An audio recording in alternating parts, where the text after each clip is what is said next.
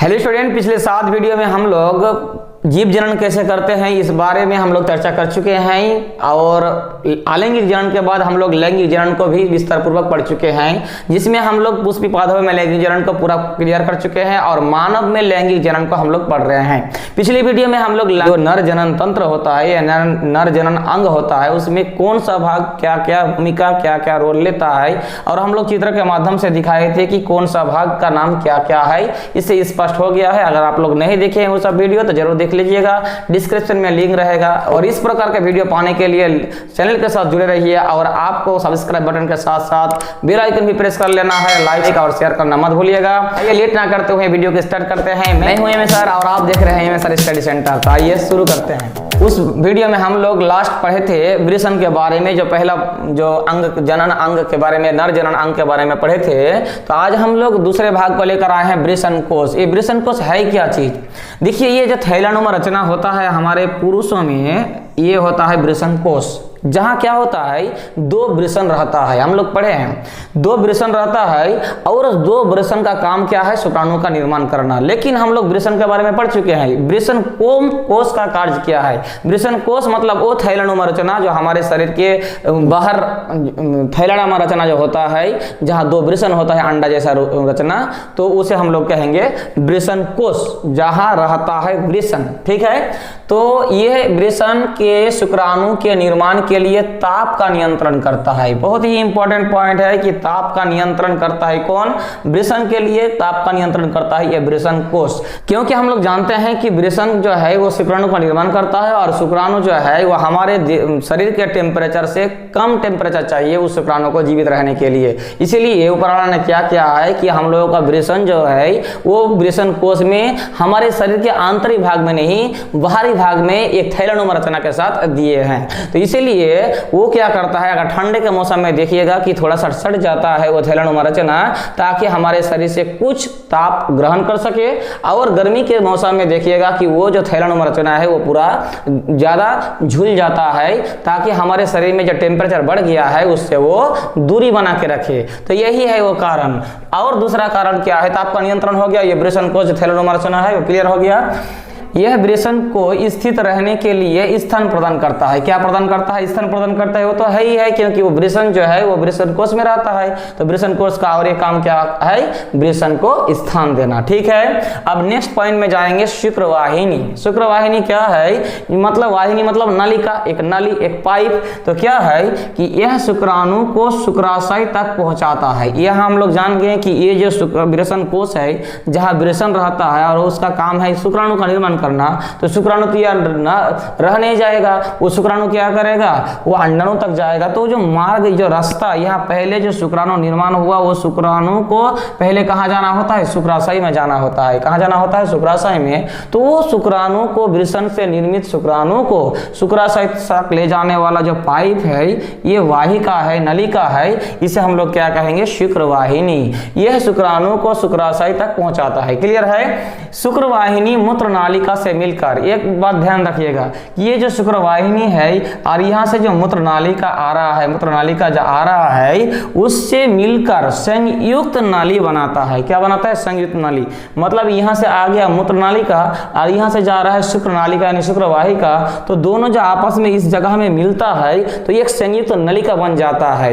इससे एक स्पष्ट हो जाता है, क्लियर हो जाता है कि जो यहाँ फाइनली जो मार्ग है जहाँ हम लोग लिखे हैं मूत्र मार्ग, इस नालिका से ही क्या शुक्राणु भी आएगा और इस मूत्र भी क्या होगा? निर्गत होगा। मतलब जब हम लोग मूत्र निर्गत कर रहे हैं, पेशाब कर रहे हैं, हिस्सू कर रहे हैं, उस समय हम लोग शुक्राणु का निर्गत नहीं कर सकते।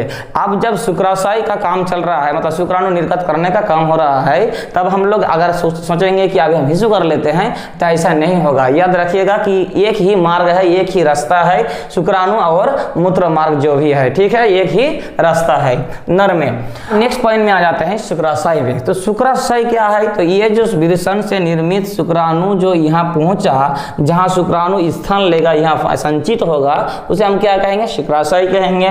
तो यह एक थैलानुमा रचना संरचना होता है। ये एक क्या होता है? थैलानुमा संरचना होता है। ये क्या होता है? थैला जैसा संरचना होता है जो शुक्राणु को संग्रह करता है, जो शुक्राणु को क्या करता है? संग्रह करता है। इसमें क्या होगा? शुक्राणु क्या होगा? संचित होगा। क्लियर है? अब नेक्स्ट पॉइंट आता है प्रोटेस्ट ग्रंथि। प्रोटेस्ट ग्रंथि एक प्रकार का ग्रंथि है। हम लोग जानते हैं हमारे शरीर में कई प्रकार के ग्रंथि है, जैसे पेट्रोलरी ग्रंथि, अग्नाशय ग्रंथि, विभिन्न प्रकार के ग्रंथि है। कुछ ग्रंथि जो होता है अंतःस्रावी ग्रंथि होता है, कोई बहिःस्रावी ग्रंथि होता है, कोई ग्रंथि जो है वो दोनों प्रकार का होता है, मिश्र ग्रंथि। तो ये जो होता है, तो प्रोटेस्ट ग्रंथि को पुरुष ग्रंथि भी कहा जाता है, क्योंकि ये सिर्फ पुरुष में ही पाया जाता है, इसलिए इसे क्या कहा जाता है? पुरुष ग्रंथि कहा जाता है। इसका कार्य क्या है? ये एक बाह्यस्रावी ग्रंथि है। याद रखिएगा, क्योंकि एमसीक्यू क्वेश्चन में पूछ भी सकता है कि जो प्रोटेस्ट ग्रंथि है वो कौन सा ग्रंथि है? अंतःस्रावी ग्रंथि, बहिःस्रावी ग्रंथि या फिर मिश्र ग्रंथि, या इनमें से कोई नहीं। तो यह एक क्या है?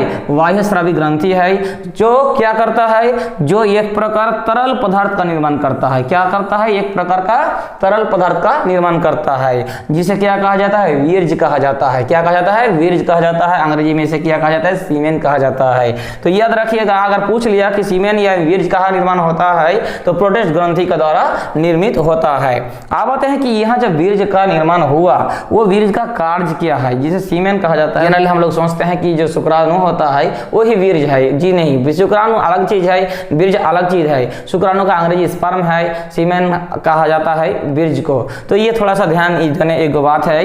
अब वीर्ज का कार्य के बारे में हम लोग 3 पॉइंट लिखे हैं, एक एक पॉइंट का थोड़ा सा विस्तार पूर्वक पढ़ते हैं और समझते हैं। यह शुक्राणुओं की गति के लिए तरल माध्यम प्रदान करता है। याद रखिएगा, क्या करता है? तरल माध्यम प्रदान करता है। वीर्ज जो होता है एक तरल पदार्थ है, वो क्या करता है? शुक्राणु से मिला तो शुक्राणुओं को क्या किया गया? तरल माध्यम बनाया। मतलब शुक्राणु के साथ वो जो तरल पदार्थ वीर्ज मिला तो वो क्या हो गया? वो माध्यम बन गया तरल माध्यम। तो तरल माध्यम बनने से फायदा क्या है? शुक्राणुओं का स्थानांतरण यानी ट्रांसफर को सरल बनाता है। अगर मान लेते हैं कि किसी रास्ता है, उसमें किसी को घिसकते हुए जाना है, तो उसमें कुछ अगर हम लोग तैलीय जैसा पदार्थ दे देते हैं, तो गमन करने का जो रास्ता होगा वो आसान होगा, थोड़ा सा सरल होगा, अपेक्षाकृत पहले जैसा। अगर सिर्फ इसमें शुक्रवाहिनी में अगर सिर्फ शुक्राणु जाता तो उसका जाने में क्या आसान नहीं होता वो मार्ग। लेकिन जैसे ही वीर्ज का निर्माण हुआ, वो तरल पदार्थ का निर्माण हुआ और वो शुक्राणु के साथ मिला, तो उसका जो गमन है, उसका जो चलने का मार्ग है, वो क्या हो गया? वो सरल होता है। ठीक है। अब आता है नंबर 3 में, यह शुक्राणु को पोषण भी प्रदान करता है। ये भी एक पॉइंट है, मुख्य पॉइंट। ये क्या करता है? जो वीर्ज का निर्माण हुआ वो पोषक तत्व प्रदान करता है। किसको? शुक्राणु को।